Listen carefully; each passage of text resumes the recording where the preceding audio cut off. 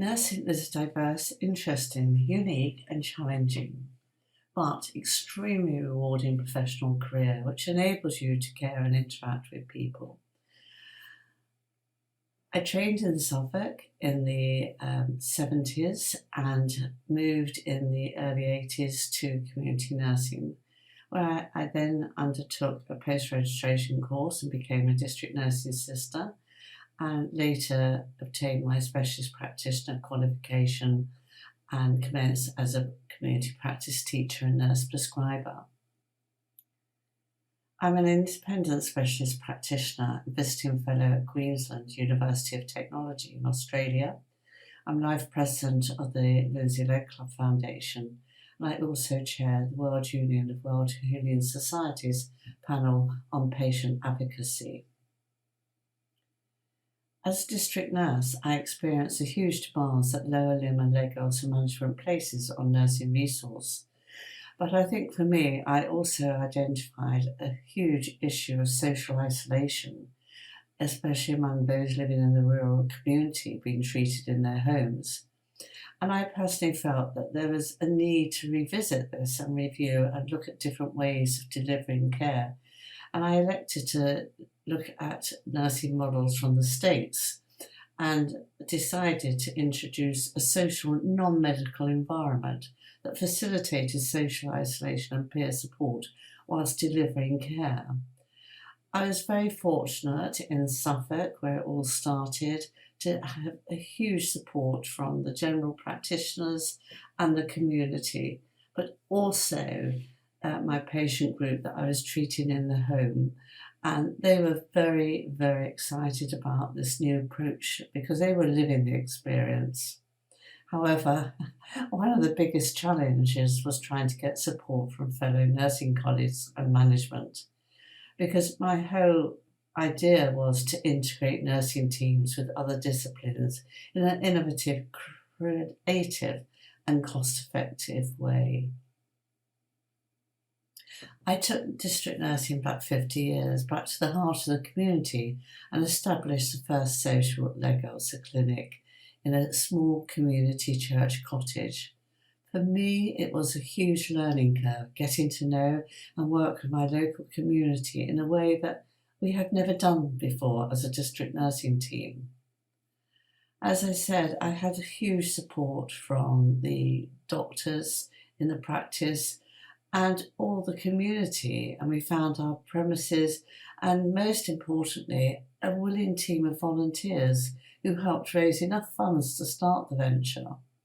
And today this is still the way people set up and work within their leg clubs. Also, I have to give a massive thank you to the healthcare industry, who were in the embryonic stage and still today support me, and they are now known as Leg Club Industry Partners. The wording Leg Club belonged to my patient group. After running the social clinic for 6 weeks, I was duly informed that they were very unhappy about people thinking they came only because they had leg ulcers, when they didn't. They came for well leg prevention education. And as one patient said to me, after all, it's like a club. It's like a leg club where we want to be called members, not patients.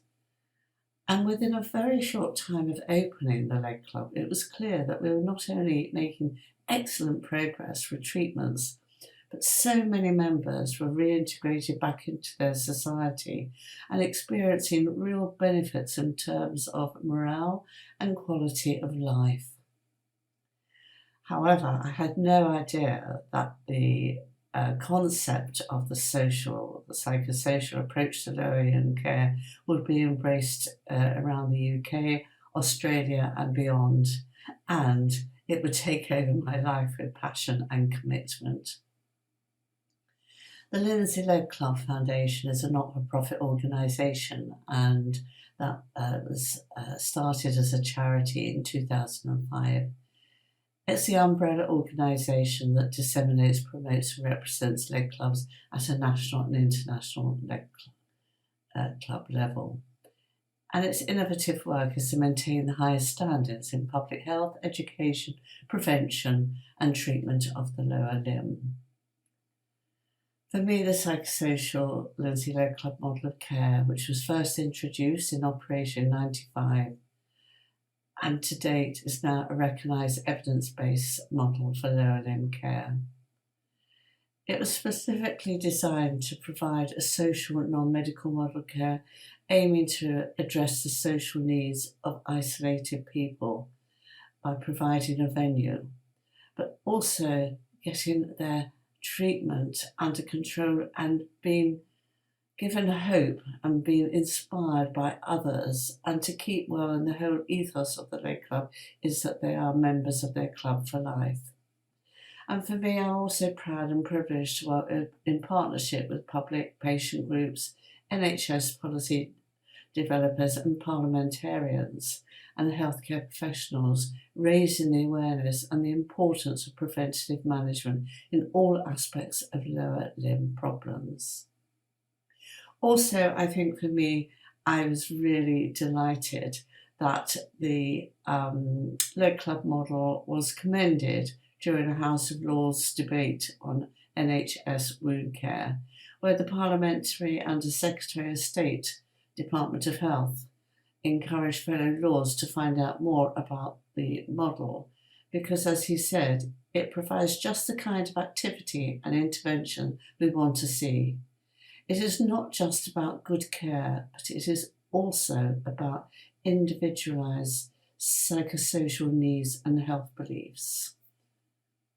I have had such a wonderful journey working with my members, the patients known as members, volunteers, the wider community, nurses and members of the healthcare industry who have helped and supported what is very much work still in progress.